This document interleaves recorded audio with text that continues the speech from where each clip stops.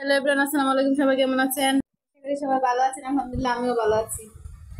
আর এই তো আজকে একটা নতুন ব্লগ নিয়ে আপনাদের সামনে হাজির হয়েছি। আর যখনই ভিডিও এডিট করতে আসে আমার মেয়েটা আমাকে ভীষণ জ্বালায়, জানেন?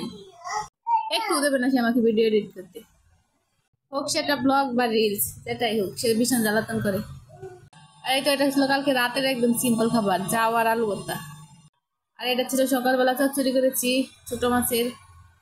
চচ্চড়িটা মাশাআল্লাহ দেখতে যেমন হয়েছে, খেতেও অনেক মজা হয়েছিল। বেশি মজা হয়েছে সাথে টমেটো দেওয়ার কারণে, একটু টক টক লেগেছে। আর এই তো আজকে ভেবে পাচ্ছিলাম না রাতের বেলা কি রান্না করব। এখানে কিছুটা লাউ রেখেছিলাম আর খোসা রেখেছি ভাজি করার জন্য।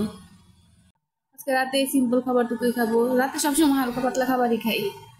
সকালবেলা একটু ভারী খাবার পরে দুপুরবেলা। এই তো লাউয়ের খোসাটা ফ্রিজে রেখেছিলাম, এটা বের করে রেখেছি।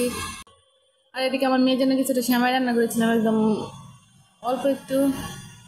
আর ওইটাই আমি খাচ্ছিলাম, ভালোই লাগে। এই তো আজকে বেশ কিছু বাড়াবো না, অল্প কিছুতেই শেষ করে দেবো ভিডিওটা।